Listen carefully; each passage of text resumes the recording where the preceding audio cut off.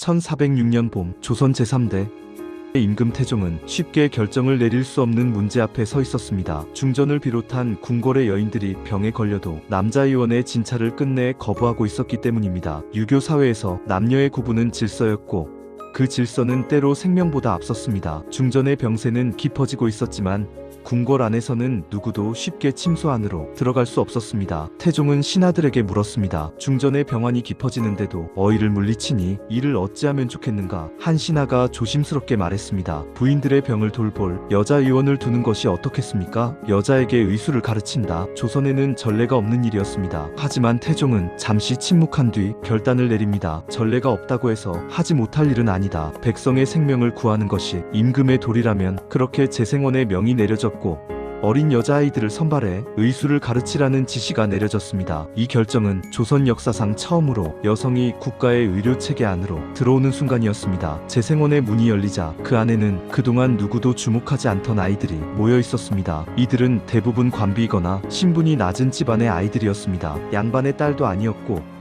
스스로 선택한 길도 아니었습니다. 하지만 이들은 조선에서 처음으로 의술을 배우는 여자가 되었습니다. 의녀가 되는 길은 결코 쉽지 않았습니다. 의서에 적힌 글자는 모두 한문이었고 글을 읽을 줄 모르는 아이들은 그 내용을 통째로 외워야 했습니다. 병의 이름, 약의 성질, 조금만 틀려도 사람의 목숨을 위태롭게 하는 지식들, 가르치는 이는 모두 남자 의원이었지만 유교의 규범은 이곳에서도 엄격했습니다. 가까이 다가서 가르치는 일은 없었고 항상 거리를 둔 채 말로만 설명해야 했습니다. 아이들은 보고 듣고 따라하며 스스로 익혀야 했습니다. 약초를 구분하고 절구로 약을 갈고 침과 뜸을 배우는 과정은 끝없는 반복의 연속이었습니다. 그리고 마침내 첫 진료가 허락되던 날 한 아이는 약그릇을 들고 문 앞에 섰습니다. 그 문 너머에는 병든 궁궐의 여인이 있었고 문을 여는 순간 아이의 손에 한 사람의 생명이 맡겨졌습니다. 그렇게 조선에는 의녀가 탄생했습니다. 의녀가 생겼다고 해서 그들의 삶이 안정된 것은 아니었습니다. 의녀는 국가가 인정한 의료 인력이었지만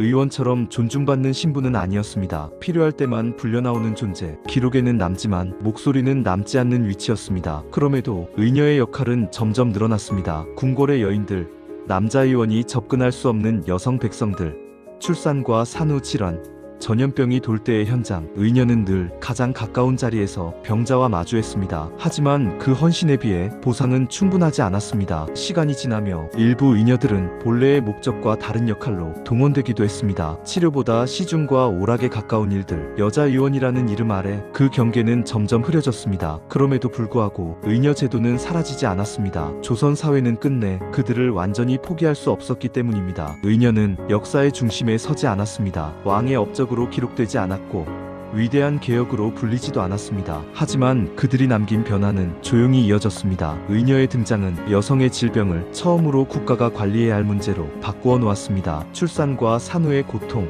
여성에게만 나타나는 병들, 이전까지 집안의 문제였던 고통이 공적인 의료의 영역으로 조금씩 옮겨가기 시작한 것입니다. 시간이 흐르며 의녀 제도는 사라졌지만 여성이 여성을 돌본다는 개념은 사라지지 않았습니다. 근대의 여성 의사와 간호사, 조산사들, 그들이 등장할 수 있었던 배경에는 이미 조선 사회가 의녀라는 존재를 수백 년 동안 경험해왔다는 사실이 자리하고 있었습니다. 조선의 의녀는 영웅도 아니었고 완전한 개혁도 아니었습니다. 다만 시대가 허락한 가장 작은 틈에서 변화를 시작한 사람들이었습니다. 역사는 늘 큰 이름으로 기록되지만 세상은 언제나 이름 없는 선택들로 바뀌어 왔습니다. 의녀는 그 가장 낮은 자리에서 조선을 지탱했고 그 변화는 지금까지 이어지고 있습니다.